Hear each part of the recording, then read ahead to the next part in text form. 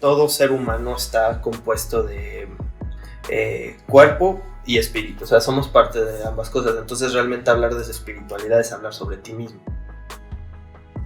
Yo creo que muchas veces la gente confunde la espiritualidad con adorar a un dios, ¿no? Con religión. Exacto.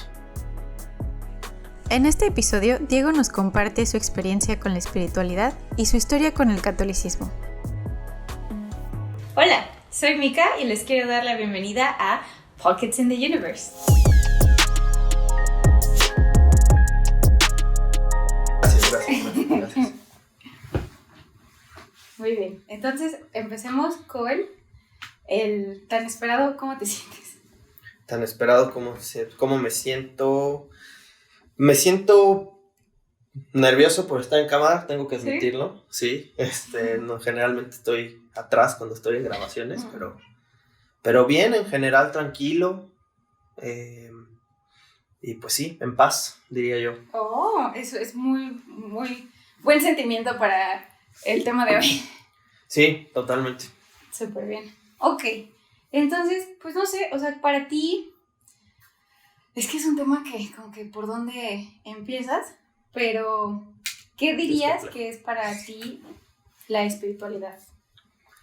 Pues para empezar, yo creo que todo ser humano está compuesto de cuerpo y espíritu, o sea, somos parte de ambas cosas, entonces realmente hablar de espiritualidad es hablar sobre ti mismo. Uh-huh. Entonces, digo, siempre van a haber los puntos de vista muy escépticos que digan que somos pura materia y que somos simplemente cuerpos que algún día pues se van a morir y se van a pudrir al final, pero pues yo creo que hay más que eso y creo que en el fondo todos creemos que hay más que eso, ¿no? O queremos creer.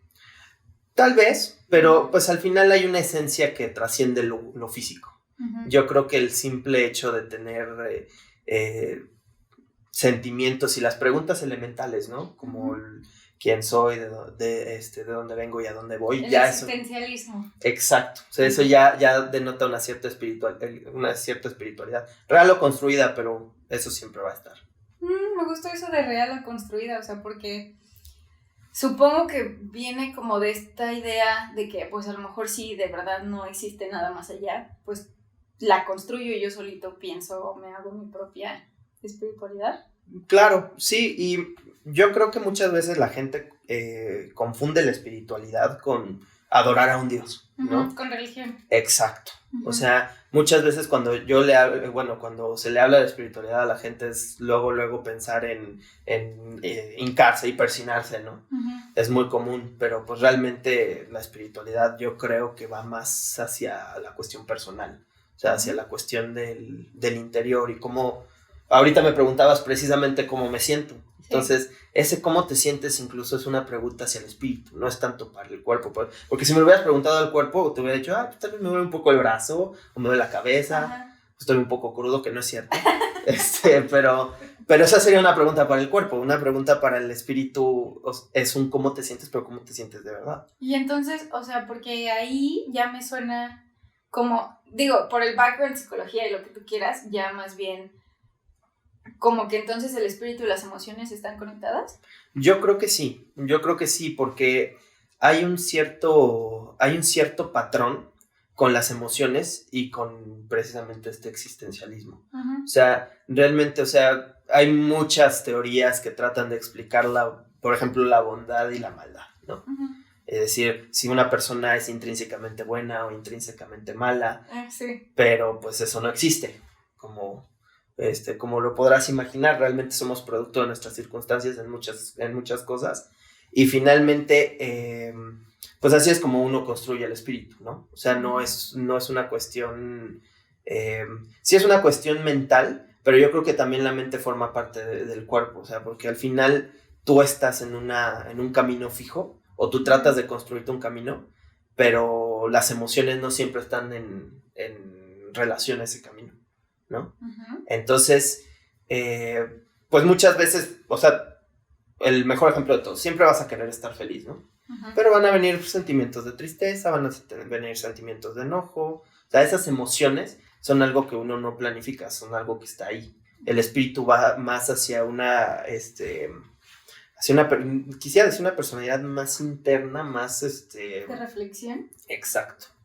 Entonces yo creo que va más para allá, en mi manera de verlo, y es en mi experiencia. O sea, ¿crees que podría ser como vehículo para el famoso conócete a ti mismo? Yo creo que sí. O sea, porque ¿qué es el yo? O sea, ya nos vamos a poner bien filosóficos. Vamos a aprender incienso y todo, pero ¿qué es el yo al final, no? O sea, ¿cómo defines el yo? ¿Cómo te defines a ti mismo? ¿Eres tu cuerpo? ¿Eres tus emociones? ¿Eres tus metas? ¿O simplemente existes, no? O sea, ¿qué es esa existencia? ¿Qué es ese...? Porque la sociedad te ve como individuo, pero ¿tú cómo te ves? Tú puedes ver 1000 personas en el metro y la persona que está enfrente de ti es simplemente un ser humano, pero ese ser humano te voltea a ver de la misma manera que tiene eres su un ser humano. propia realidad. Ajá, porque él se conoce mejor, se supone mejor que nadie, ¿no? Entonces, yo creo que ahí reside la espiritualidad. Obviamente no es algo que podamos definir en un programa de una hora. Está cañón. Ajá. Pero sí, a mí me gusta pensarlo como algo muy personal, que es pues finalmente la esencia humana. Y es una conexión con algo que no sabemos cómo luce, ¿sabes? Igual no sé si un más allá, o un cielo, o un paraíso, o lo que sea, pero pues también te conecta con esa posibilidad. O sea, le estamos como encontrando lo estoy como imaginando que tiene una parte muy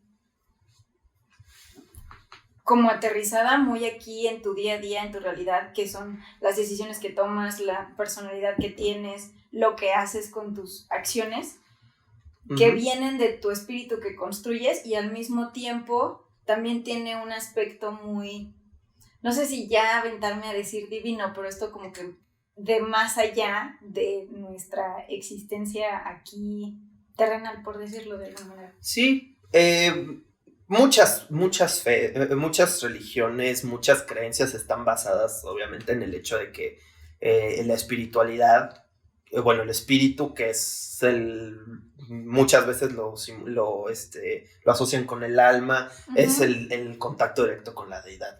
Ponle tú el nombre de la deidad. La que quieras. Ajá. En casos como el budismo, por ejemplo, el budismo pues no, o sea, como tal no califica como religión, más bien es como una filosofía, pero de todas maneras trabaja mucho con el espíritu en el sentido en el que tienes que purificarlo hasta llegar a un punto de plenitud, que es el Buda al final, ¿no?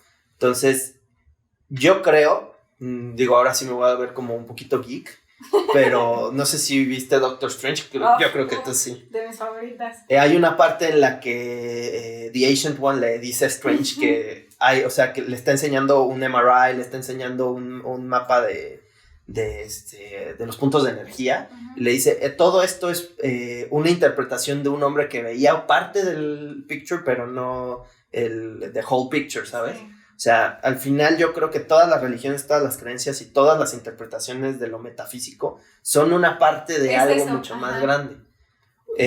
Porque pues sí, o sea, es muy sencillo calificarlo como basura, pero finalmente creo que pues es algo muy grande como para ignorarlo. Al final es lo que yo creo, o sea, el problema es que las religiones han sabido ganar el odio de la gente.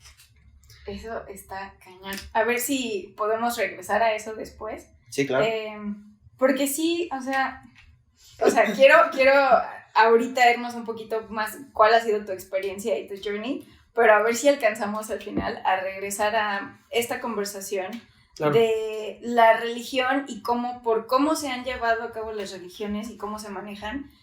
Siento que hay como una falta, una pérdida, o sea, como que no sé si sea solo mi experiencia y lo que yo veo, o sea algo más grande, que estemos como perdidos espiritualmente. Creo que sí es un buen tema para regresar, porque con ese sí te puedo soltar 3 horas. Eso. Ok. Vamos a tratar de que lleguemos ahí en algún momento, pero pues también parte de invitarte con mucho cariño a que vengas. Muchas gracias. Es pues que nos compartas tu experiencia de cuál ha sido tu viaje con la espiritualidad, incluso la religión. Ok. Pues mira, para empezar, yo como creo que el 80% de este país nací en el seno de una familia católica. Sí.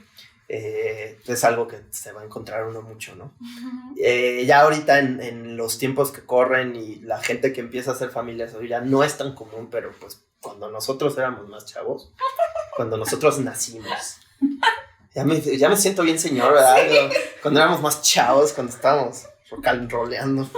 No, pero cuando nosotros nacimos, estaba todo más estandarizado en ese sentido, ¿no? O sea, las clases bajas creían que eso los iba a sacar de la pobreza, y la clase alta creía porque era símbolo era como estatus social, ¿no? Y pues ya en todo lo de en medio, pues todos querían aspirar para arriba. Entonces, obviamente muchas de las familias eran católicas. Yo nací en una de esas, con la típica tía, con el típico sobrino, con el típico todo, que hay unos que te dicen, no, esas son puras patrañas, y la tía que no, conviértete y cree en el evangelio. Es que iba a decir una palabra fea, pero no sé qué tan PG-13 sea esto. Diego, pero Okay. Según tú sonando muy viejo, por decir que cuando nacimos y no me sales con cosas como... Bueno, cuando nacimos, bueno, yo sí ya empiezo a sentir las articulaciones tronar un poco, pero pero bueno, obviamente pues ya vienes con un cassette, ¿no? O sea, ya hay vamos a rezar todas las noches antes de dormir, ve al catecismo. Afortunadamente salí del catecismo bien,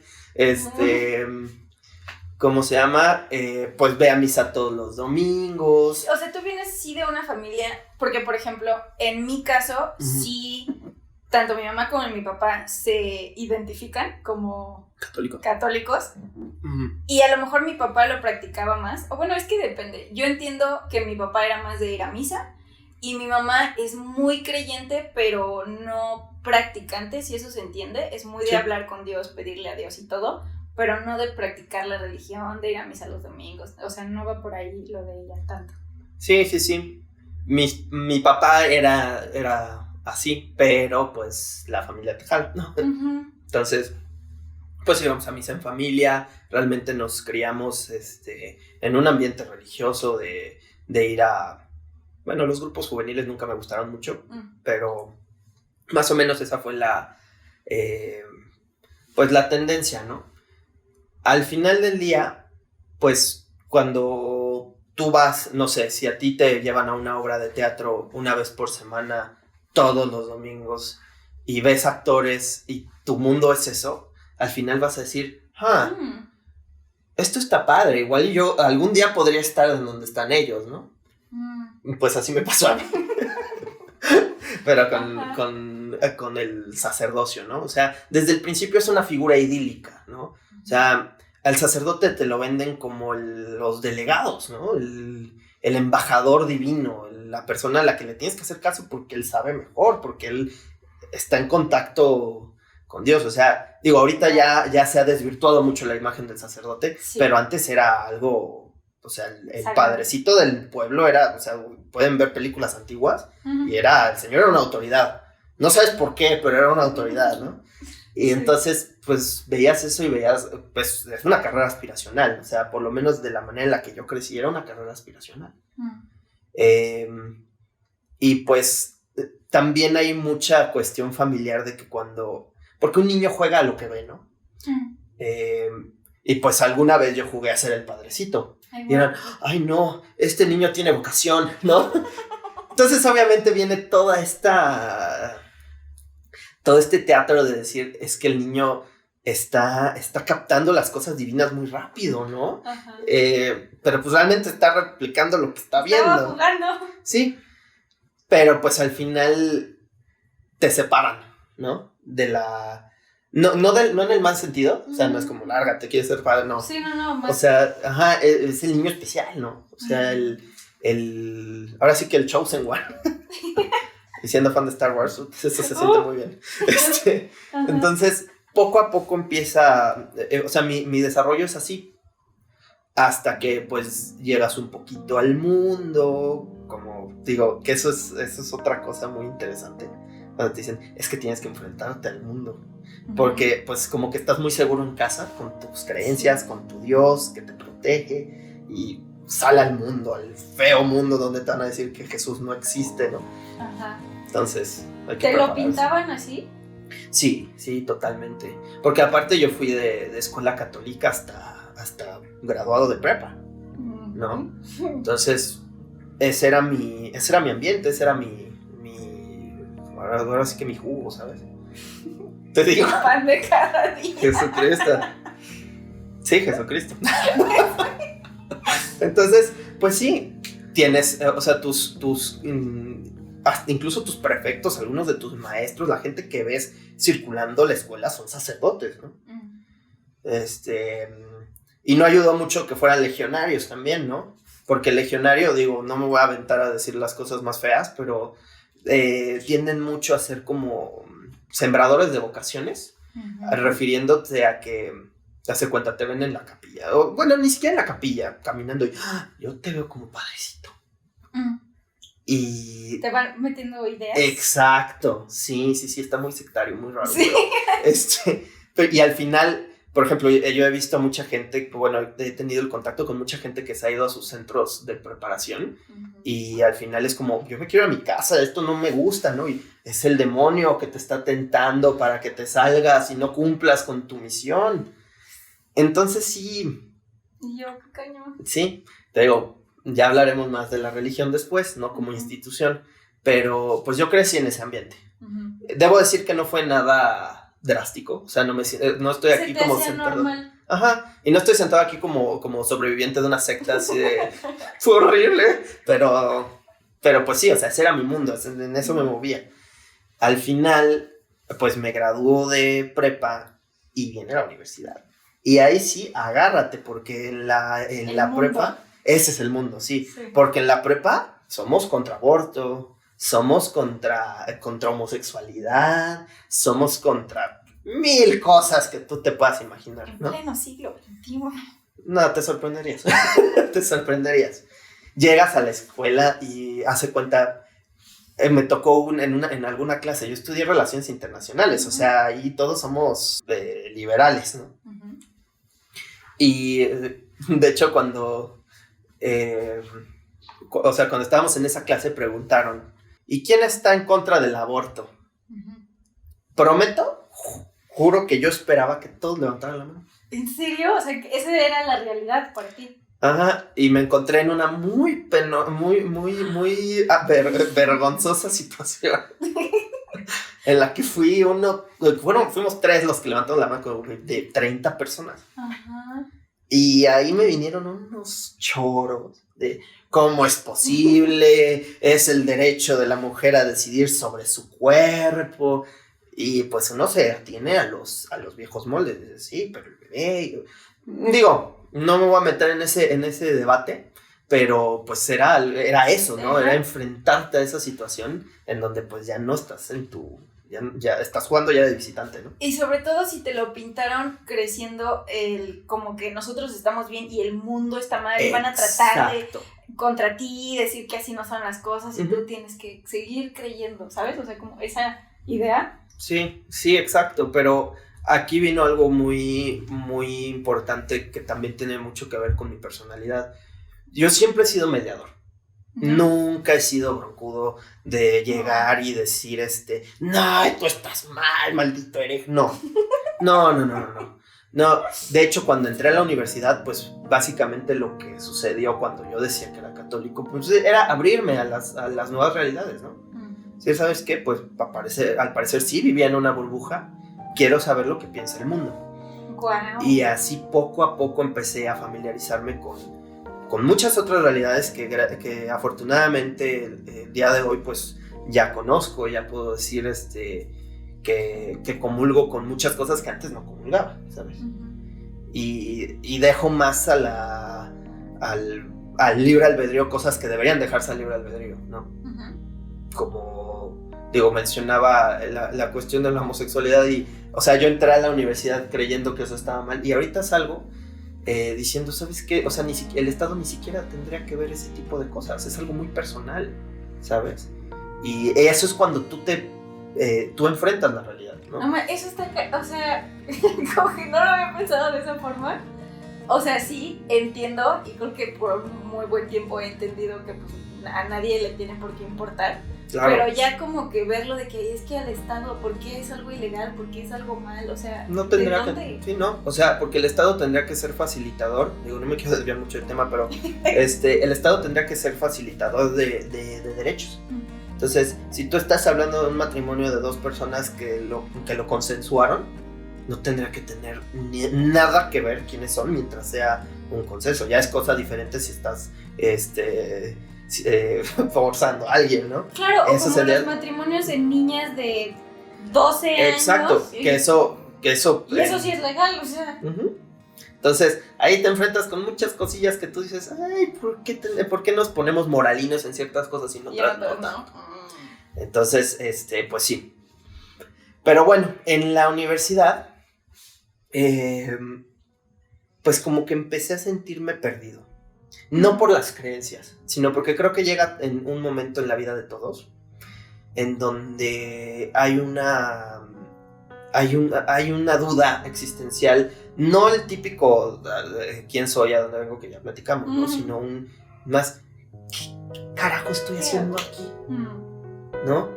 O sea, ¿para qué vine al mundo? ¿Por qué estoy estudiando esta carrera en esta universidad? ¿Por qué no estoy estudiando esta otra? Yo de niño quería ser astronauta, no sé, ¿sabes? O sea, ese tipo de preguntas. Y yo, pues creo que o sea, emocionalmente estaba yo muy vulnerable. Muy vulnerable. Y cuando está uno vulnerable, tiende a rememorar la infancia. Porque en la infancia, bueno, por lo menos en mi infancia, me sentía muy seguro. Muy seguro. Y remontándote a todo eso, pues te acuerdas del niño que estaba sentando viendo al padrecito. Entonces dije, ¿será? ¿Será que esto puede ser lo que...? Porque de la religión católica, no, hombre, o sea, la primera vez que leí la Biblia completa tenía 10 años.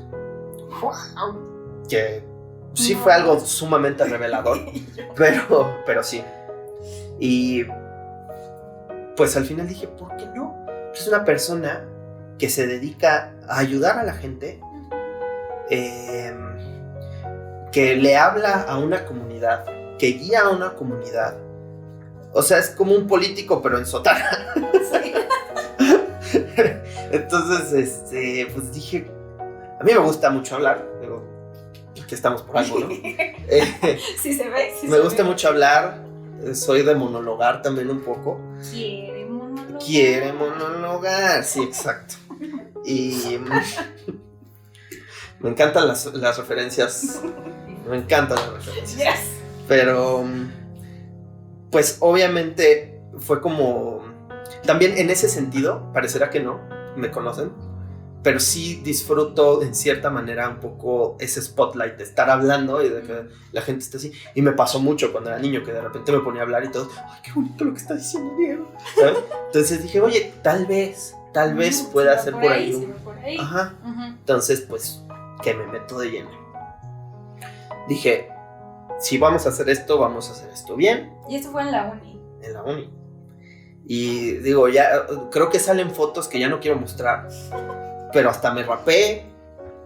Al final como que adopté toda esta parafernalia religiosa. Y ¿sabes qué? Voy a renunciar al mundo.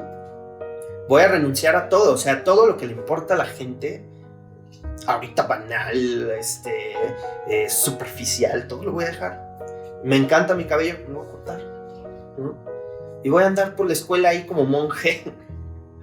Y digo, fue una experiencia que podrá ahorita parecer un poco vergonzosa al contarlo, pero pues fue muy introspectiva, fue muy de autoconocimiento, y eso fue algo que pues fue muy benéfico al final. O sea, hoy lo veo como algo benéfico. Entonces, pues te digo, me metí a experiencias ya con sacerdotes y con monjes. Estuve un buen rato ahí con unos que que son los hermanos de San Juan, que están ahí en las faldas del Cerro de la Silla en Monterrey. Un lugar muy bonito. Y pues es una experiencia muy, muy bonita en ese sentido. Pero luego ya viene el tema de la religión como institución. Entonces, yo como que dije, ¿sabes qué? Le voy a dar stand-by a esto del padrecito, porque igual y mi excusa era voy a terminar mi carrera, porque estaba a medio camino, ¿no? O sea, ¿y no podías hacer las dos al mismo tiempo? No, porque el sacerdocio es una carrera. O sea, de hecho son 2 carreras, tienes que estudiar filosofía y teología. Uf. Sí, de hecho también por eso era muy appealing, ¿sabes? Entonces, pero estoy de acuerdo. Te digo, fue como, le vamos a dar stand-by a esto, vamos a ver a dónde nos lleva. ¿Qué pasa? Cuando yo me salgo ahora sí que del camino monacal, muere mi abuelita, que fue algo muy, muy impactante en mi vida, muy trascendental. Y pues vino un cierto decir, ¿para qué vivo mi vida en un lugar en donde... Porque aparte digo, la obediencia es algo que es sagrado para un consagrado. Uh-huh. O sea, si hay un padre superior o, por ejemplo, en una iglesia, bueno, en una parroquia, uh-huh, que hay un párroco y hay vicarios, pues el vicario el párroco dice y el vicario hace, o sea, no hay de otra. Eso tampoco me encanta.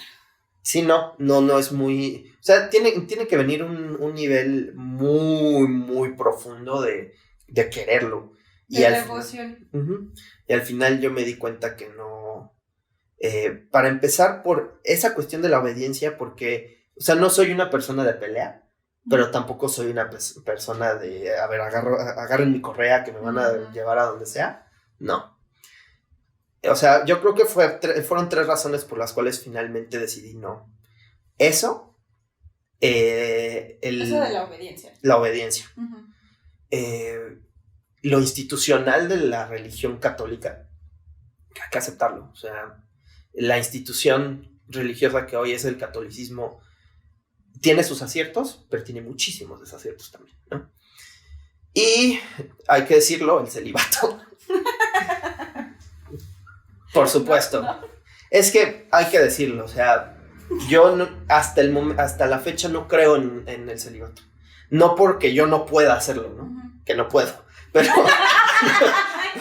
no puedo. O sea, no es mi camino. Hay gente que sí es su camino ser célibe, el mío no lo es. Pero no crees en él como de que... No creo que sea lo mejor, porque a menos que realmente estés en un lugar en donde realmente digas, quiero estar solo en la vida y lo hago por decisión, y me fui a una montaña ahí lejos del mundo porque quiero vivir solo mi vida, pero es porque yo quiero. Uh-huh. Me podrás decir lo que tú quieras, pero es porque yo quiero vivir solo, ¿no? Uh-huh.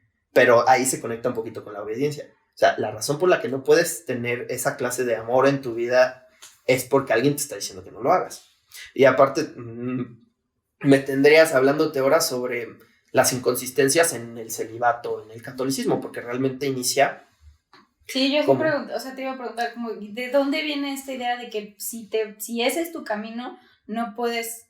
Porque hay otras iglesias, ¿no? Donde, pues, el pastor tiene familia y cosas, o sea... Ahí te va. Te van a decir mucho que porque tu esposa es la iglesia.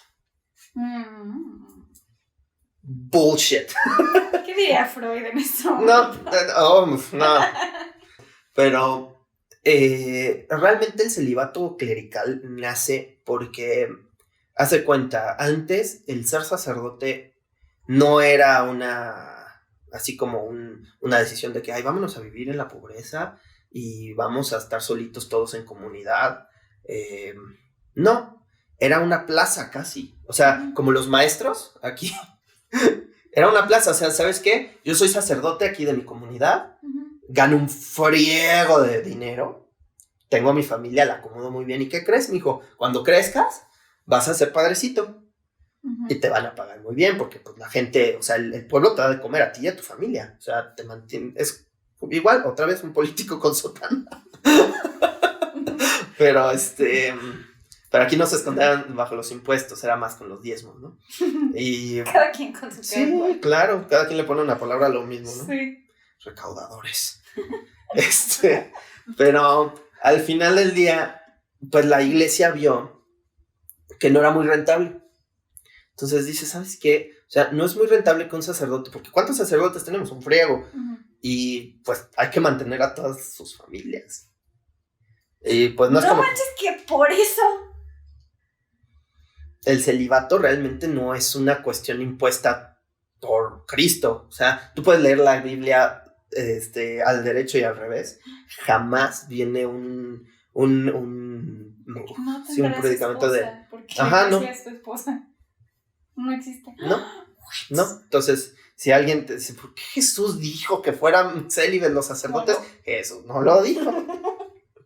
Jesús no lo dijo un güey ahí a media historia que quería ahorrarse un poco de dinero. Entonces, desde ese momento, desde entonces ya te empiezas a dar cuenta, ¿por qué voy a sacrificar mi vida de pareja? De familia. Por una estupidez que alguien dijo para ahorrarse dinero hace mucho. Entonces, wow. Pues si la vida de sacerdote venía con eso también, pues es como, Nel. Diego dijo, ay, no. No me convenció, la verdad. Y pues sale al mundo otra vez. Porque aparte las comunidades religiosas, no sé si has estado en una comunidad religiosa como de jóvenes o algo así. No, o sea, ubico, por ejemplo, mis sobrinos estuvieron en el M, en el movimiento, y yo estuve en su secta de chiquitos.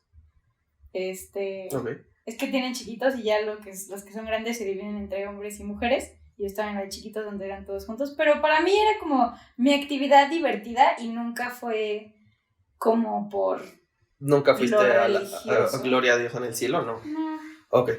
Es que esas comunidades en específico yo siento que tienen como ese superpoder de aislarte de todo el mundo, porque todos están felices y contentos.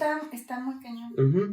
Y dicen, es que gracias a Dios todos estamos aquí y es precioso, es maravilloso y qué bueno que todos nos conocemos y alabado sea el Señor. O sea, es una felicidad que para un amargado como yo también era como, ay, no.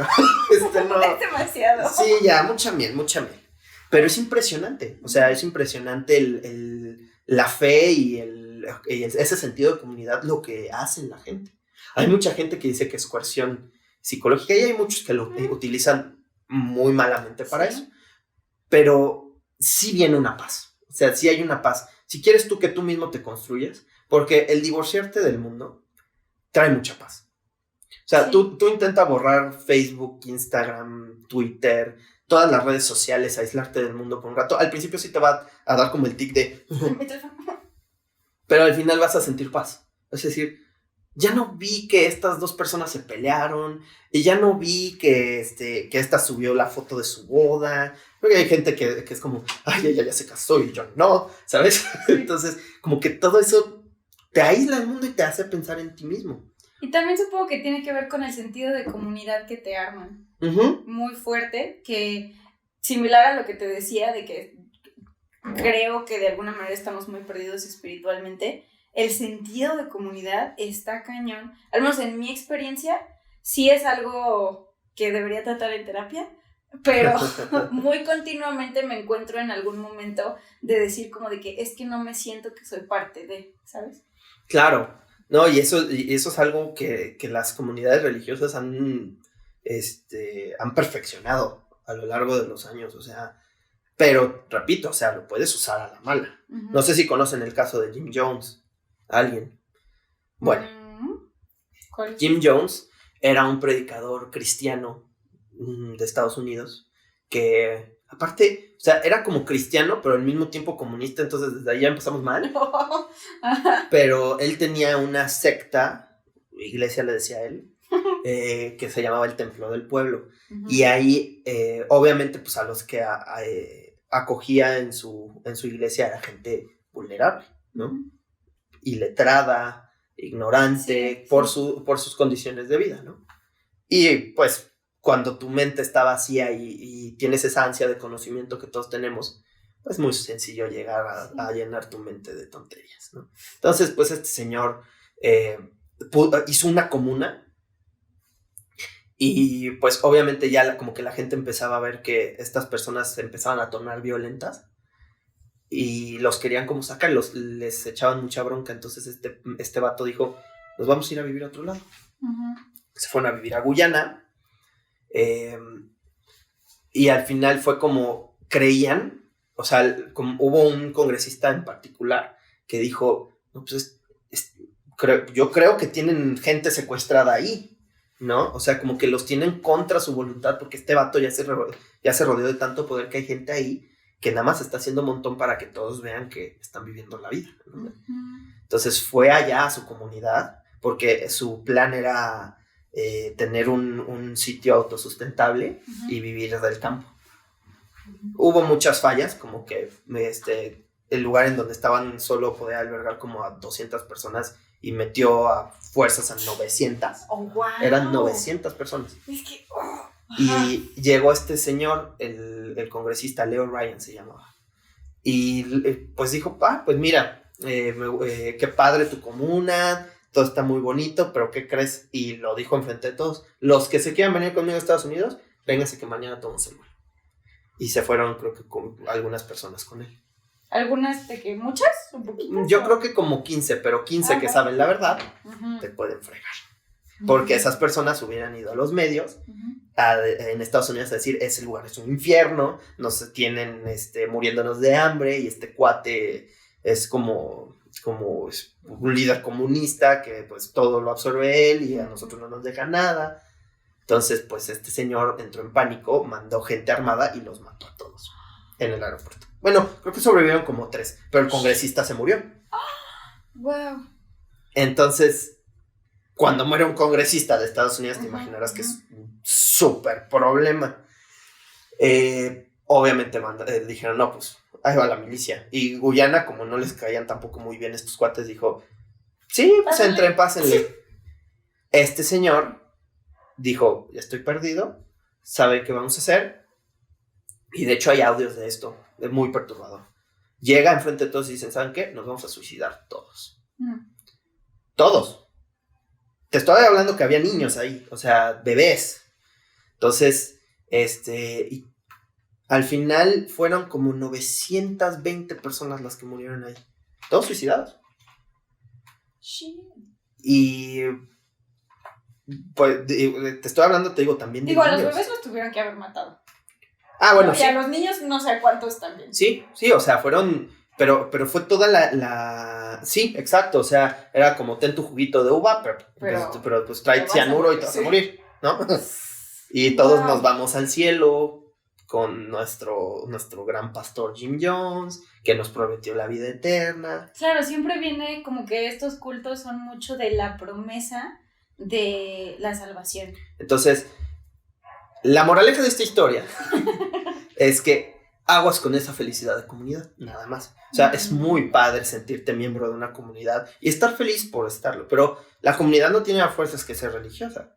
Claro. Puede ser una comunidad de cantantes, puede ser una comunidad de pintores, puede ser una comunidad de psicólogos que pues se sienten a tomarse un traguito de whisky un viernes y digan, ay, pues es que ese Carl Jung y Sigmund Freud, cómo se traían del chongo, ¿verdad? Qué chistoso, ¿sabes?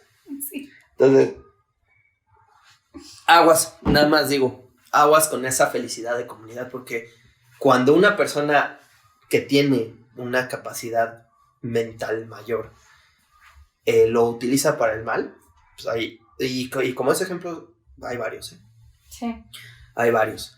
Entonces, bueno, regresando, porque ya nos vamos a dar una vuelta. Entonces, pues sí, o sea, después de esa felicidad tan fuerte que es la comunidad y todos somos felices y todos nos adoramos, y no te conozco, pero te quiero, ¿no? ¿Sabes? Regresa al mundo en donde a todo el mundo le vales madre, porque allá adentro eres especial. Allá adentro eres, ay, es que él quiere ser padre. Porque es otra vez, o sea, y eso no lo mencioné, hay una regresión. O sea, cuando tú llegas y dices, quiero ser sacerdote en una comunidad católica, vuelves a ser David Beckham. Ay, este niño va a ser sacerdote, alabado sea el Señor otra vez, ¿no? Entonces, por ejemplo, cuando ibas a estudios o como cuando todavía estabas queriendo ser padre y esas cuestiones, ya no tanto como con tu familia o con tu sociedad diciéndote, ay, wow, es que vas a ser sacerdote, pero ya con esas personas te sentías eso que me dices de que no te conozco, pero te amo, o sea, sí, esa era la experiencia que estabas teniendo. Sí, o sea, con mi familia, pues te digo, era muy parecido porque pues realmente también mi familia fue en cierta forma promotora de la vocación, ¿no? O sea, las familias católicas, o por lo menos las con las que yo he tenido contacto, pues es lo mismo, es como si tu hijo fuera Maradona, ¿sabes? O sea, mi hijo es sacerdote, ¡ay, qué orgullo!, ¿no? Y pues así uno se siente, ¿no? O sea, es muy sencillo.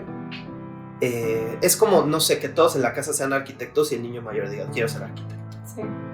Es ese poder que tienes, o sea, es como una cosecha de soberbia tremenda. Y todavía más que lo de los arquitectos, porque es como de, pues todos somos arquitectos y él es arquitecto, ajá, pero no, tú estás yéndote como de, o sea, aquí Dios te eligió. O sea, aquí nosotros los mortales, pero él quiere ser sacerdote y acercarse a Dios. Porque aquí, ojo, o sea, las vocaciones, o por lo menos a mí como me lo plantearon, no es tanto que tú elijas.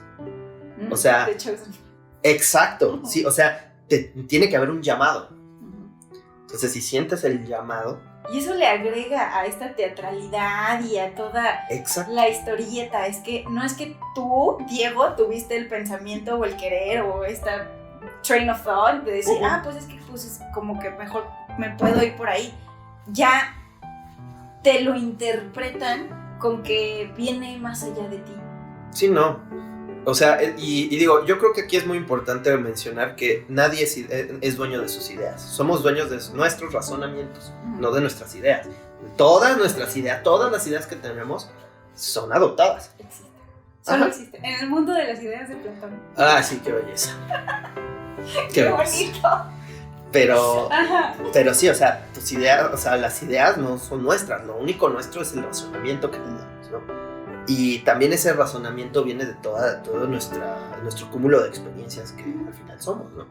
Entonces, pues sí, es renunciar a ese poder, renunciar a ser el especial, ¿no? Renunciar a esa posible distinción. Y además tienes que agregarle que en un mundo capitalista tan feroz como el que vivimos, pues el hecho de irte a una comunidad en donde...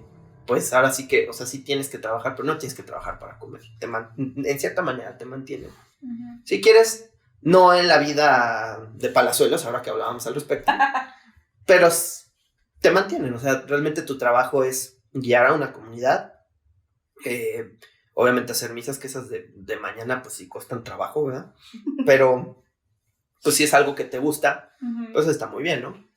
Entonces es muy atractivo esa visión de decir mi vida está hecha, ¿no? O sea, si mi camino es el sacerdocio, no es como el godín que tiene que ir escalando. Exacto. De que primero eres junior, luego eres senior, luego gerente. No, aquí ya eres sacerdote. Si te elevan, pues vas a ser obispo, pero pues ahí ya está un poco más peleada la cosa y no, yo no lo recomendaría. Si hay incipientes sacerdotes viendo esto, no recomendaría que quiera ser obispo. No va a pasar, amigo. Entonces, porque esto es también mucho el juego de poder. Pero bueno, regresas al mundo, ves otra vez las cosas, y es interesante llegar con esa visión otra vez, porque ya no es una cuestión institucional que te metieron de alguna manera, ya es algo que tú racionalizaste y ya con una cierta madurez mental ya puedes llegar al mundo a defender. Ya no voy a mencionarlo como el mundo porque está muy raro, pero pues ya puedes llegar con un círculo social de amigos, o sea, porque, pues, digo, a ti te conocí no en un grupo juvenil, a ti tampoco y a ti tampoco, o sea, todos nos conocimos en alguna fiesta de la universidad, sí. En donde el ambiente es completamente holístico y diverso y todos tenemos nuestras diferentes creencias y vamos hacia distintos lados. Entonces, aquí lo hermoso que creo que regresando al tema de la espiritualidad muy individual es cómo se empieza a fusionar con el resto. O sea, cuando llegas con una persona, con cualquier persona, Se pueden con amigos, se puede con incluso conocidos, colegas, pareja. Y cómo esas espiritualidades empiezan a correlacionarse. Porque podremos ser muy católicos o muy musulmanes o algo así, ¿no? Pero nuestras creencias no van a ser las mismas. Tú no ves a un Dios como yo lo veo.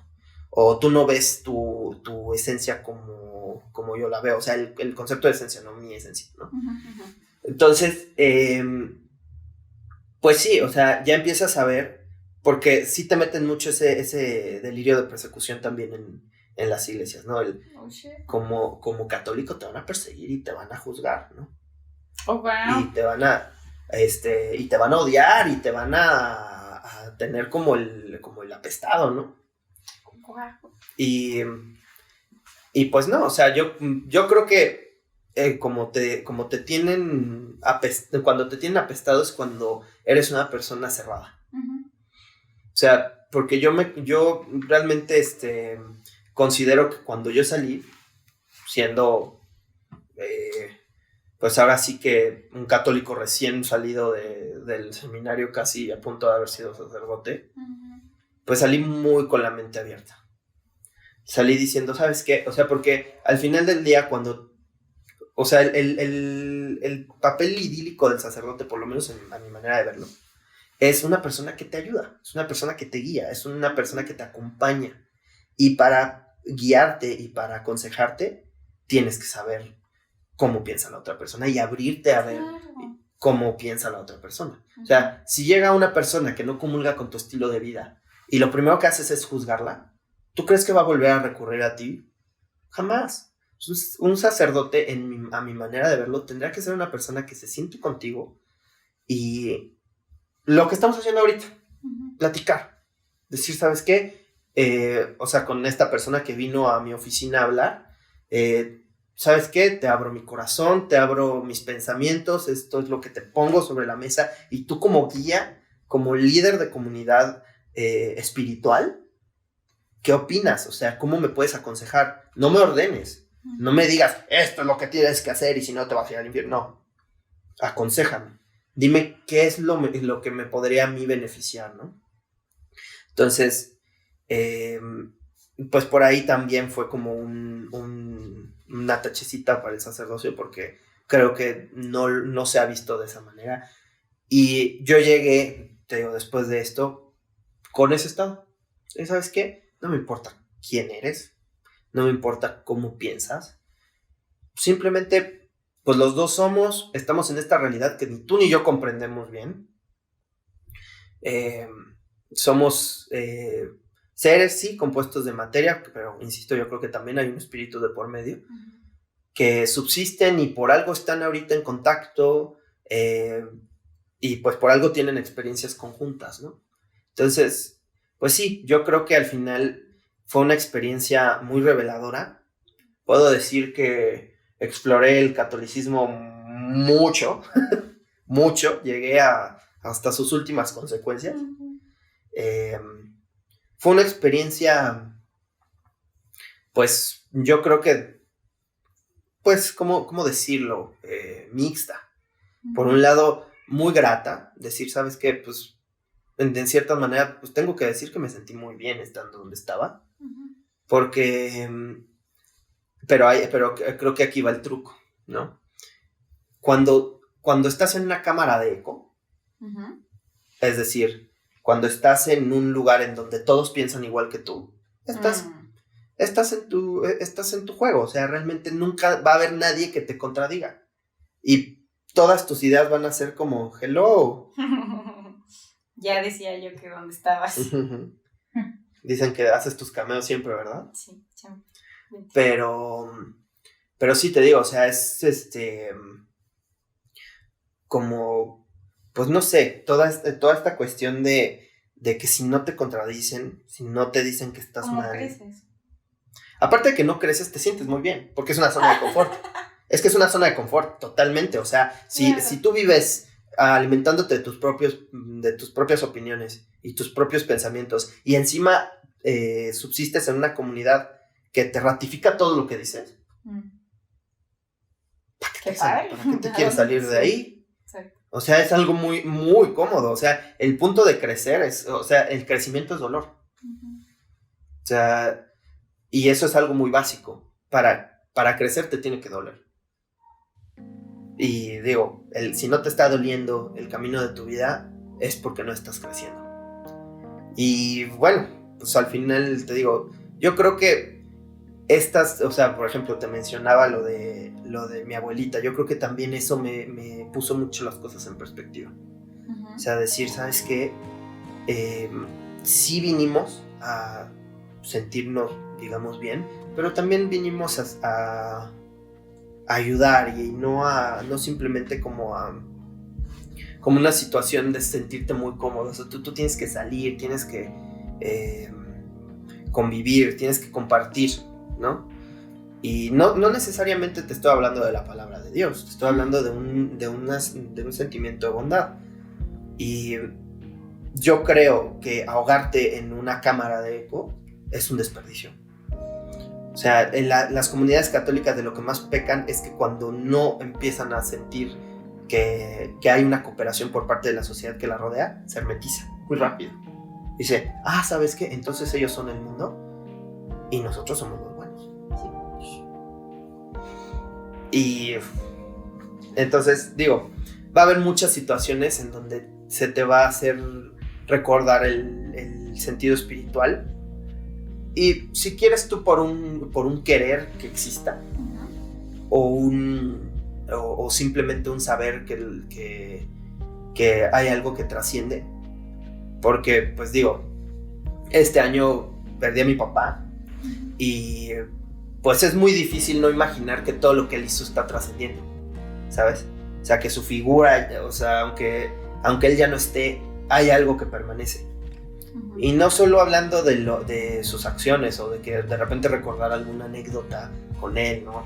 Sino él, o sea, no puedes, bueno, por lo menos a mí no me cabe en la cabeza decir, pues sabes que se murió ya, ¿no? Hay algo que tiene que atravesar, es el paradigma físico. Y por ese lado tienes toda la espiritualidad, pero pues ya del otro, y ya con toda esta experiencia que viví, pues también sopesas lo físico y lo social, y pues te das cuenta que pues finalmente estás viviendo en un todo espiritual, físico, social, y that's pretty much it. Esa es mi experiencia de padrecito. De padrecito, no. Sí, hay muchas cosas que blows my mind, y al mismo tiempo es como, lo veo tanto en la realidad y sé que existe, que es una paradoja ahí entre que no lo puedo creer, pero existe tanto que es normal. Pero había dos cosas que pensé ahorita. Entonces, una, para que voy a decir las dos porque si no nada más se me olvida que Adelante. Y una sería hablar de esta cuestión del dolor, y ahorita te digo un poquito más como a qué me refiero. Y la otra es cómo ha sido para ti esa experiencia, o cómo se ha conjugado en tu vida esta cuestión de la espiritualidad y el duelo de tu papá. Creo que también se conecta un poquito con el sentido de comunidad, porque, por ejemplo, la misa, que las tres estuvieron presentes, fue una ocasión que si bien había mucha tristeza, también como que se quería sembrar alegría, ¿sabes? O sea, los sacerdotes hablando de que pues, no, que es su último vuelo y todo eso, como que inyectando eso. O sea, la iglesia se convirtió en un canal de emociones de tristeza y de felicidad, ¿sabes? O sea, como que al final empiezas a ver que pues es una escena muy genérica si tú quieres, pero es increíble como cuando estás en un servicio funerario de una persona, aparte tan cercana, pues llega mucha gente a decirte, oye, es que tu papá hizo esto por mí, y qué lindo era, y así. O sea, es algo muy particular, es una experiencia que finalmente te hace, o sea, yo lo veo como para un católico, pues es un estar conectado con ese Dios que te promete que Él está bien, ¿no? Eso es algo muy, muy, muy, muy pues muy especial, ¿no? Porque es un juego de emociones. Es esa persona que perdiste, que, digo, en mi caso fue algo muy, pues muy arrebatado, fue muy en el momento. O sea, mi papá falleció de un infarto. O sea, un momento él estaba bien y al siguiente ya no estaba, ¿no? Y ese, porque no entiendes, o sea, no captas lo que está sucediendo, ves a esa persona que antes veías tan fuerte y tan capaz y tan heroica y gallarda, reducida. Y está, o sea, pues ya se fue, ¿no? Entonces, ¿a dónde se fue? Primero, eso es lo primero, o sea, ¿qué te dices? Entonces, yo creo que ahora sí que es como decir que vive un poco en las experiencias que se cuentan,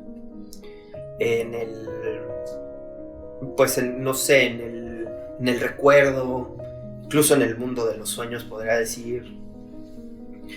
Pero, pues al final creo que hay algo más, o sea, tiene que haber algo más a donde él se haya podido ir. Y si quieres, es un pensamiento un poco como reassuring. Pero pues creo que da mucha tranquilidad saber que pues ya es una persona que ya pasó este nivel, ¿no? Pasó, y no necesariamente, repito, hablando como del lado católico, sino pues del lado físico. Y es repetir lo mismo. O sea, si somos cuerpo y somos espíritu, pues el espíritu vive y el cuerpo se muere, ¿no? Entonces, al final del día, tratas de ver esa pérdida como algo positivo. Y eso es una constante en muchas religiones. O sea, al final, la muerte es... El tema de la muerte es algo muy egoísta. Muy egoísta, porque pues no estás llorando por la persona que se fue. Estás llorando porque la extrañas, ¿no? Desde tu experiencia y tu realidad, no porque...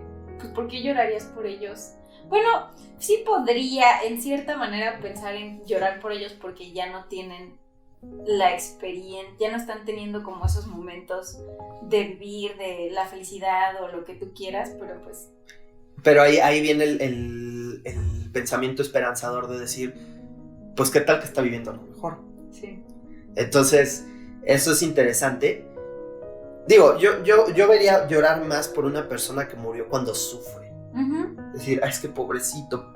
Pero date cuenta de los fraseos. Pobrecito, pero ya está descansando. O sea, ya está bien. Donde quiera que sea, incluso en la inexistencia y en el vacío de todo al final del túnel, paz. No hay nada. Y personalmente yo disfruto los días en donde no hago nada,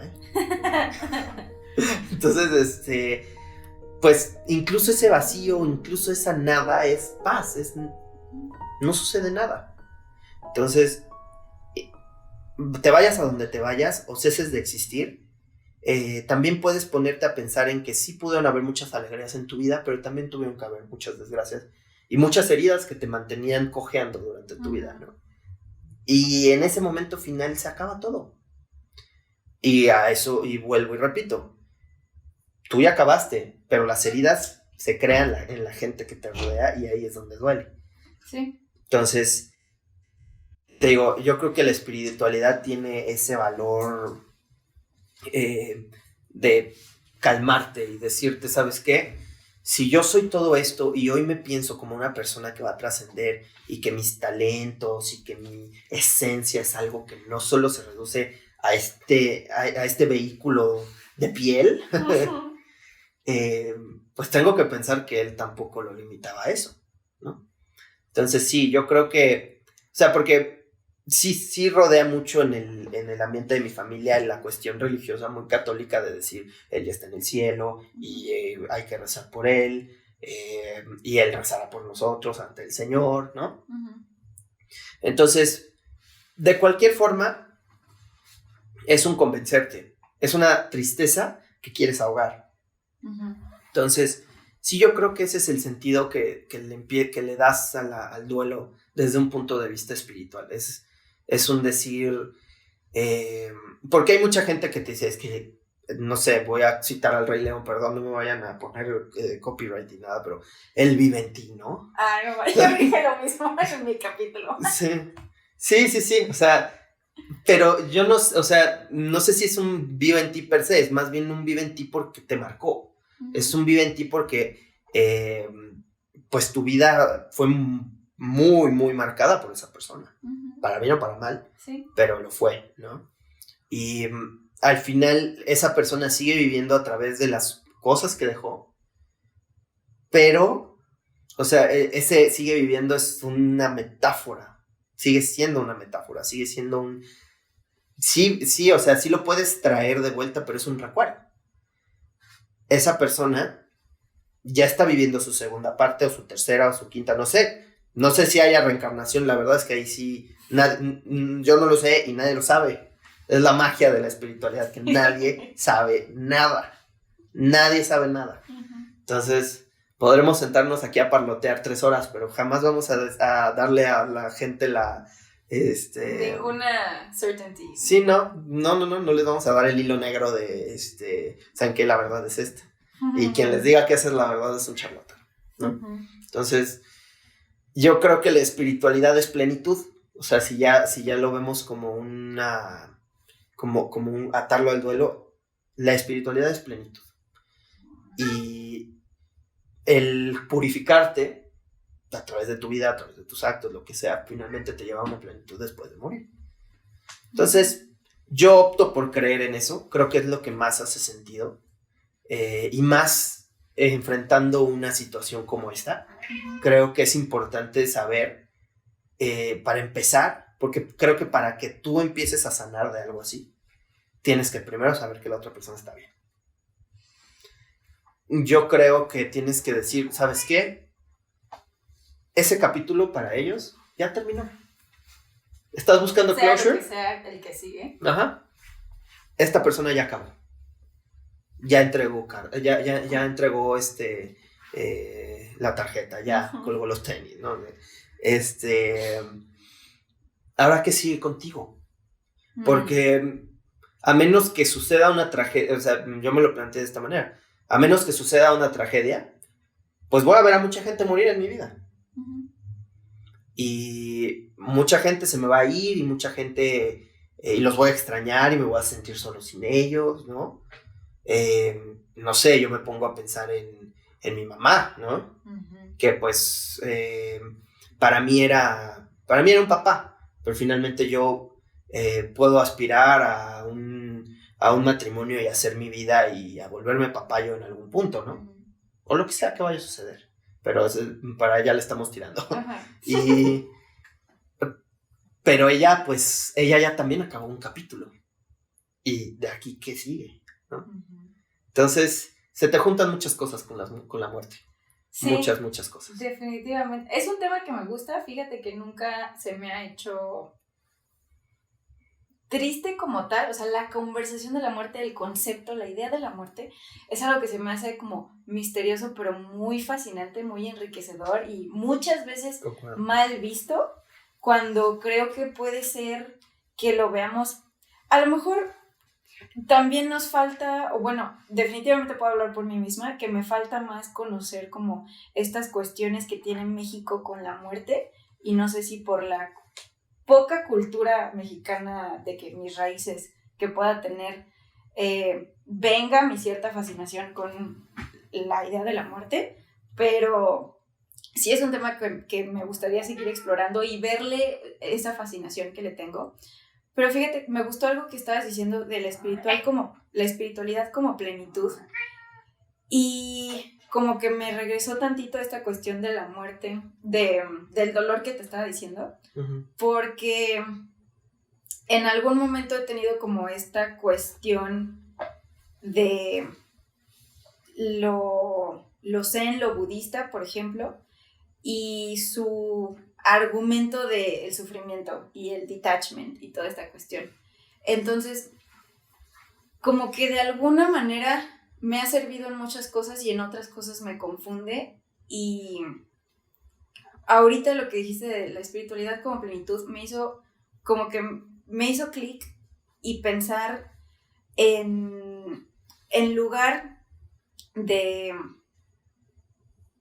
dolor que es crecimiento, sí que te duela y obviamente, porque de hecho yo creo que hoy o ayer vi un post en Facebook así como de que, la gente que usa esta metáfora de que la oruga se convierte en mariposa y creen que pasa así, pero en realidad, o sea, biológicamente la oruga literal se hace como goo, ¿sabes? Se convierte en nada, se deforma, se destruye para crearse, ¿no? Y está bien hermosa la metáfora, pero siento que eso de la plenitud encaja muy bien en no ver el dolor como sufrimiento, o sea, poder aceptar el dolor y no sufrirlo, creo que sí es un cambio de chip muy intenso, muy cañón, pero que está padre, o sea, yo siento que ahí hay algo importante. Sí, mira, yo creo que el dolor y el sufrimiento, obviamente, o sea, el dolor uno lo sufre porque es un reflejo humano, ¿no? O sea, y puede pasar con lo más chico. O sea, yo recuerdo, yo tenía 6 años, se me murió un pez beta y lloré por él. Y lo enterré y fue una situación de luto, ¿no? Y digo, obviamente ahí sí no te pueden manejar ya se fue al cielo, ¿no? Porque pues no. El cielo de los peces. El cielo de los peces, sí. O a la granja. Pero yo lo vi morir, entonces no aplicaba, ¿no? Pero, ¿cómo se llama? O sea, ese sufrimiento y ese dolor ahí van a estar. Yo creo que el punto no es evitar el sufrimiento, es abrazarlo, es decir, es parte de la vida. Ándale, o sea, ahí quiero llegar, cuando digo no sufrirlo, me refiero como al no negarlo, al no, porque creo que eso fue lo que, el 20 de la plenitud fue el ser pleno en tu dolor, o sea, esa plenitud, si eso es la espiritualidad, es muy como esto, que no sé si decir que está de moda, pero estas ideas de estar aquí y ahora, de no estar en tu pasado, no estar en tu futuro, y me gusta, fíjate, o sea, me considero una persona muy espiritual, pero dentro de todas mis ondas, como que no lo había visto de esa manera de la espiritualidad, de ser pleno hoy. Ahorita, ¿sabes? O sea, y esa es la espiritualidad. Y es que es complicado hoy. O sea, algo que sí le tengo que dar la razón a gente que pues es un poco más metida en esto, es que ser espiritual el día de hoy es muy complicado. Te lo disfrazan de muchas maneras. Como por ejemplo la alegoría de nosotros contra el mundo, ¿no? O no sé, o sea, el budista que tiene que todo el detachment a todos los intereses del mundo y a la gente con esos intereses, ¿no? Pero es que si de verdad te separas y el detachment y todo esto, ¿en dónde queda el vivir? Yo creo es una cuestión. Perdón, pero yo creo que el alejarte no es un alejarte literal. Yo creo que ese detachment no es nada más que un autoconocimiento. Es un camino a conocerte a ti mismo, tanto tus cualidades como tus defectos, tanto como tus buenas experiencias como tus heridas. Ese conocerte a ti mismo es esencial, porque al final no es separarte del mundo, porque tú vives aquí. O sea, si tú sales de tu casa vas a encontrarte al vecino y digo, aunque no convivas con él, ahí va a estar. La realidad está allá afuera. Y ni siquiera, y no te puedo decir que ni siquiera está allá afuera, la realidad está aquí, ahorita, donde estamos hablando. Aquí está nuestra realidad. Sí. Y tú y yo podremos creer cosas muy diferentes, ahorita estamos aquí platicando. Y al final es porque yo creo que los dos hemos hecho un camino, y yo creo que incluso podríamos decir los 4, de autoconocimiento. Y cuando tú te conoces a ti mismo, el mundo el mundo se vuelve mucho más sencillo.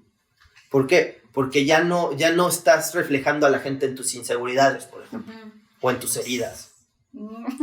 Entonces, esa es la clave. O sea, no es irte al Tíbet a encerrarte y no volver a ver a nadie. Es darte ese tiempo de conocerte.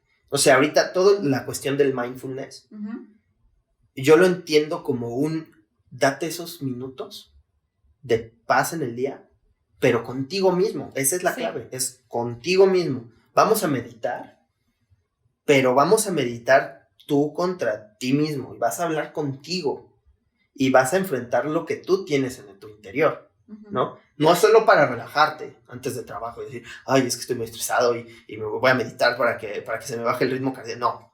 No, la meditación en ese sentido es platicar contigo mismo. Es decir, a ver, ¿por qué estás estresado? ¿Qué te preocupa? Porque cuando entiendes qué es, ya puedes decir, ok, no es tan grave. Entonces, ese detachment, ese retiro espiritual, es acá adentro. Eso sí me gusta, o sea, darle ese sentido al detachment, porque, por ejemplo, en mi caso siempre fue muy esta onda filosófica griega, ¿no? Mi gato se llama Sócrates. Buen Sócrates. Y adoro Platón, es mi hit. Platón y Jung son como mis amores de otras vidas, pero no había, o sea, para mí como que de lo poco o mucho de estas cuestiones como más budistas, más orientales, no, más bien, o sea, como que sí me quedaba con esa idea del detachment, de separarte muy como drásticamente, que no te importen cosas, en lugar de entenderlo como estar presente en las cosas. Sí, exacto. O sea, repito, el autoconocimiento finalmente lo que hace es no vivir de las expectativas ajenas. Eso creo que es algo muy importante.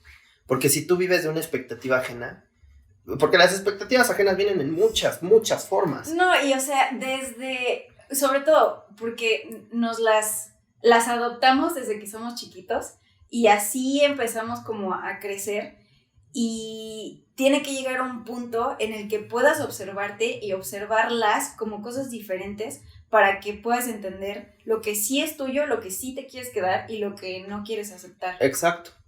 Y finalmente por eso venía con toda la cuestión de las situaciones de Estado y las situaciones civiles. Porque el Estado tiene que decirme algo, o sea, o ordenarme algo que es tan mío. Que es algo que es mi elección y es algo parte de mi esencia que yo decido expresar con otra persona que ahora sí que comulga con eso. ¿Dónde está la ilegalidad ahí? O sea, ya si lo quieres porque ver... es una cuestión de legalidad, o sea, ¿por qué? Y ahí te va algo, o sea, yo creo que cada persona tiene derecho a su opinión. Porque en ese queremos libre expresión, también hay un subtexto que dice, no queremos libre expresión, queremos que hables como nosotros queramos que hables. O sea, antes era el catolicismo, ahora creo que son las no izquierdas. O sea, todo el ideal liberal, si uno le empieza a dar en contra de esas ideas, ahí es donde te rezagan. Y yo no creo que eso tampoco sea muy productivo, muy útil. Porque si una persona no se está metiendo contigo y tiene su opinión y tú la atacas por opinar, ya ahí ya estás poniendo tú una barrera. Entonces, una persona podrá estar, no sé, en contra del aborto. Yo siempre he dicho, mira, hay personas que están en contra del aborto. Si yo estoy en contra del aborto, ¿sabes cuál es el alcance de mi opinión? Yo no voy a abortar. Sí. Biológicamente de entrada no puedo. Entonces, pero mira, hasta ahí llega. Ajá. O sea, el alcance en mi opinión es sobre ti. Ajá. Y eso fue algo que aprendí en todo este viaje espiritual. Es, ok, si yo no estoy de acuerdo con esto, obviamente después de darle una muy buena sesión de introspección, ¿no? Si yo no estoy de acuerdo con algo que el resto del mundo sí está de acuerdo, el alcance de mi opinión es que si a mí me preguntan, yo te digo mi opinión. Si me atacas, yo no estoy atacando a nadie. Porque aparte, estas nuevas opiniones son muy incendiarias y muy emocionales también. A mí me tocó alguna vez, como pequeña anécdota, estaba en clase y estábamos en una clase de pensamiento político clásico. Y uno de nuestros autores a leer era Santo Tomás de Aquino, gran filósofo un santo para la Iglesia Católica, obviamente muy conservador. Y en esa clase, obviamente había mucho, de repente había como susurros y no todas las opiniones se alcanzaban a escuchar. Y yo comenté, porque dijeron, ¿qué les pareció la lectura? ¿Qué es lo que les pareció más interesante? Estas son mis palabras, lo prometo. Me parece muy, muy interesante la transición de los tiempos. Uh-huh. Porque Santo Tomás dice cosas como la homosexualidad no es natural. Uh-huh. Pero del otro lado del salón, nada más me escucharon la homosexualidad no es natural. Uh-huh. Obviamente me comieron vivo. ¿No? Y alguna vez tuve la oportunidad de hablar con la persona que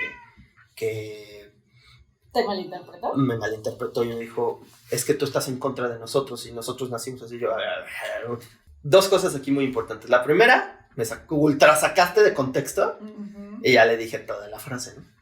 Y la segunda, supongamos que soy un homofóbico aguerrido y los odio y de verdad no puedo tolerar su existencia. ¿A ti qué? Uh-huh. Mientras yo no te ataque, mientras yo no... Ese está cañón. Normalmente uh-huh. las personas que son así de aguerridas uh-huh. no se quedan ahí en su persona. Claro, pero digamos que es una opinión que yo, de nuevo, expreso en una cámara de eco, ¿no?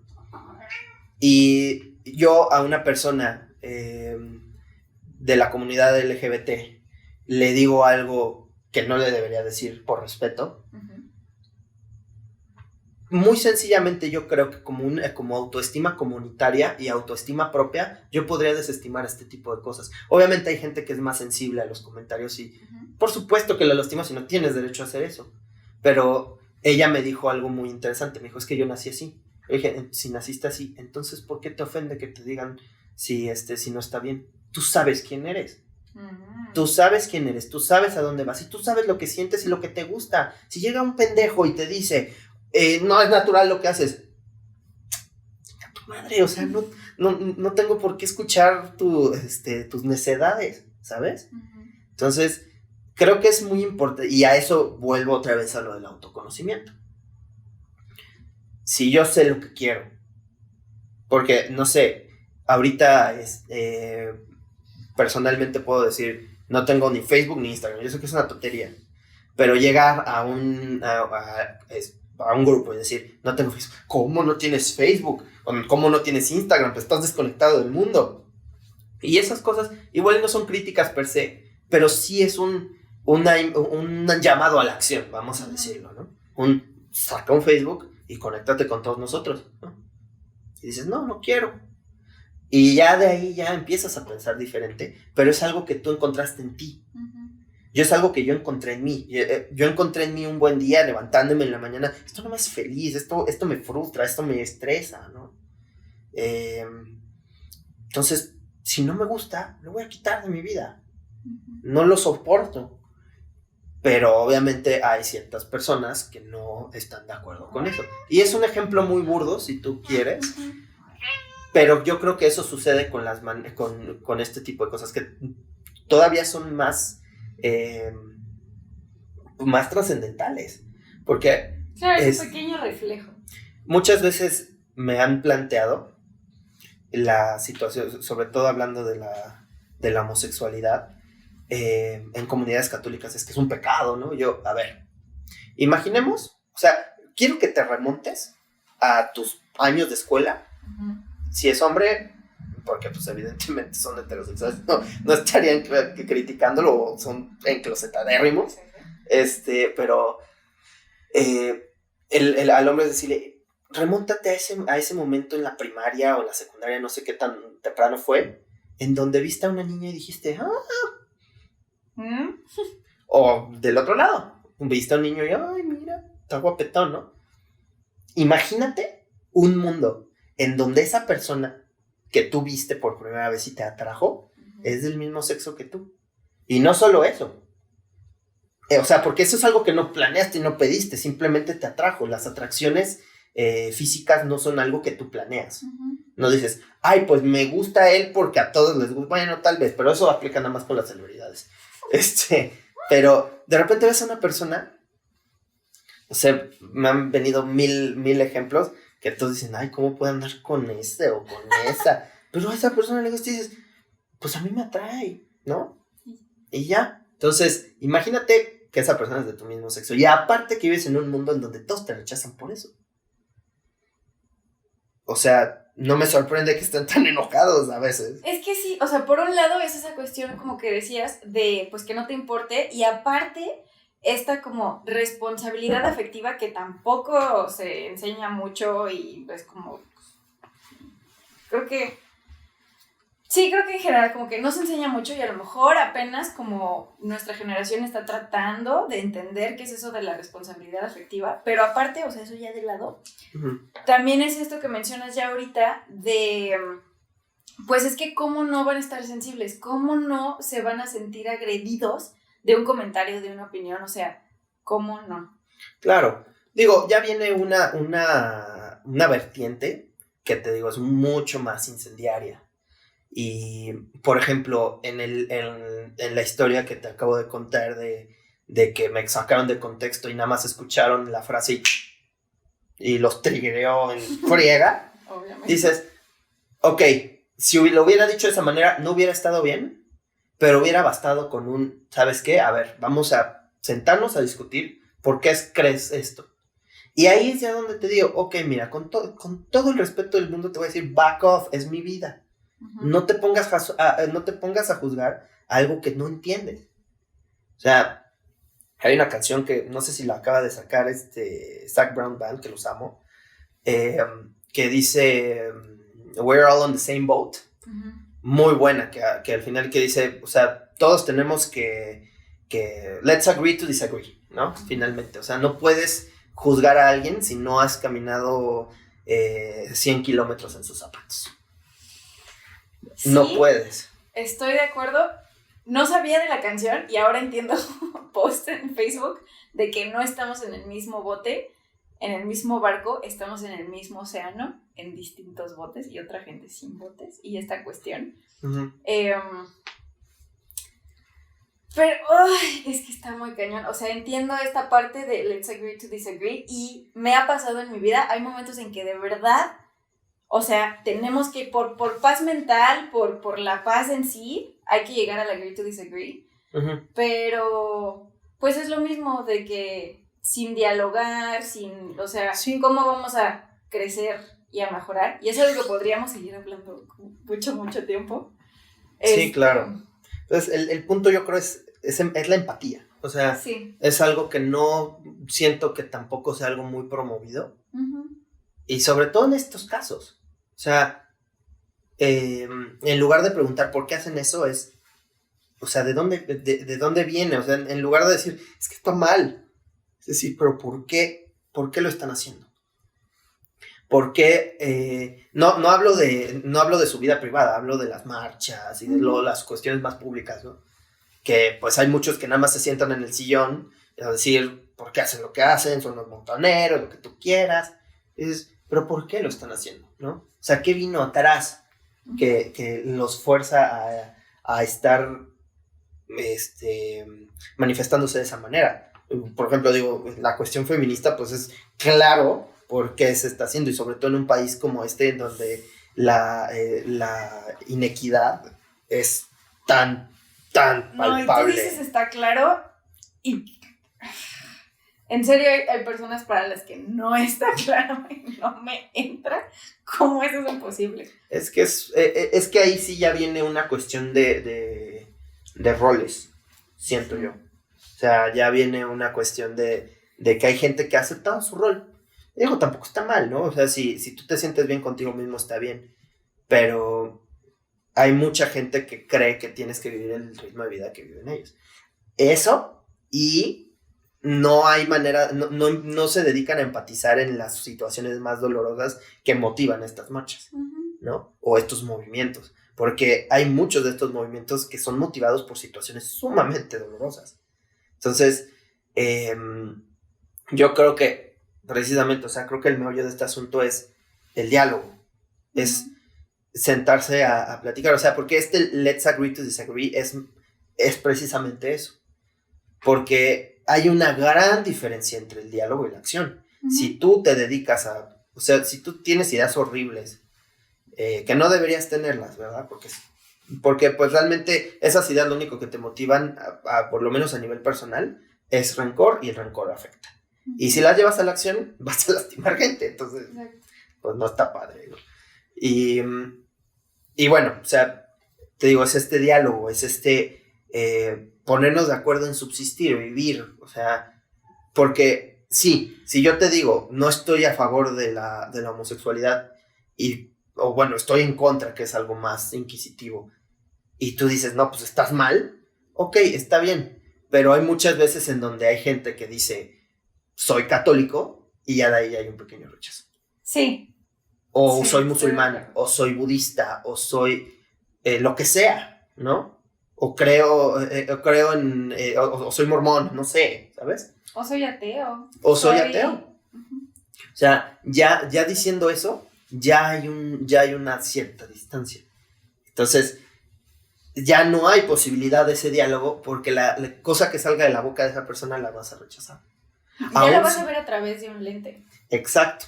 Y ya no vas, ya su opinión ya no va a ser válida para ti, porque lo está diciendo ese católico. Y él no está, digo, no, todo su modus vivendi lo saca de un libro que se escribió hace miles de años. Sí. Entonces, creo que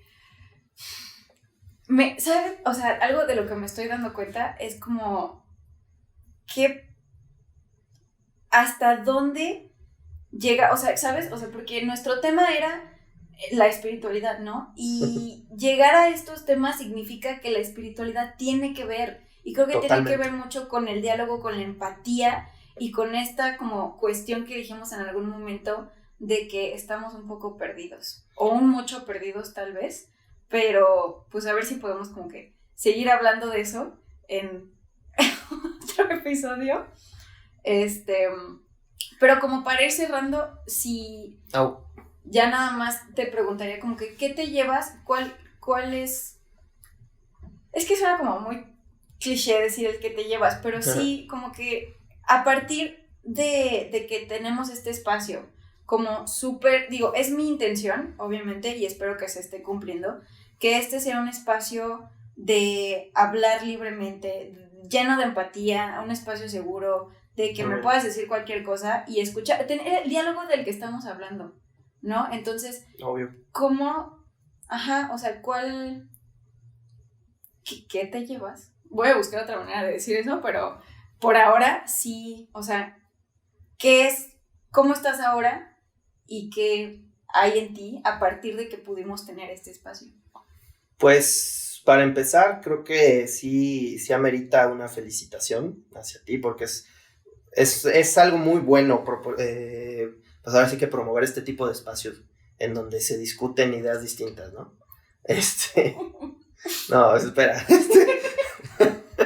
Y digo, o sea, creo que en este espacio pudimos ver que realmente, o sea, esas peleas, que ya fue como el límite final de nuestra conversación, pues precisamente se deben a otro punto de la conversación que tuvimos, que es el autoconocimiento. Uh-huh. Si no te autoconoces, vas a pelearte con todo el mundo, porque vas a estar bien enojado, porque vas a reflejar tus inseguridades en todo. Muy perdido, o sea, todo lo ves afuera en lugar de trabajar en ti, de conocerte. Exacto, porque cuando tú te conoces y ves los defectos de los demás, digo, y no es desde un punto de vista soberbio, simplemente es... en lugar de decir, ay, este güey, no, es un deseo de ayudar. Uh-huh. Es un deseo, ni siquiera de guiar o como patronizing de ay, pobrecito. No, o ver que lo que estás viendo en el otro es algo que tú tienes que trabajar, uh-huh. que tú tienes, o sea, exacto. Que no tiene que ver con el otro, al final es, uh-huh.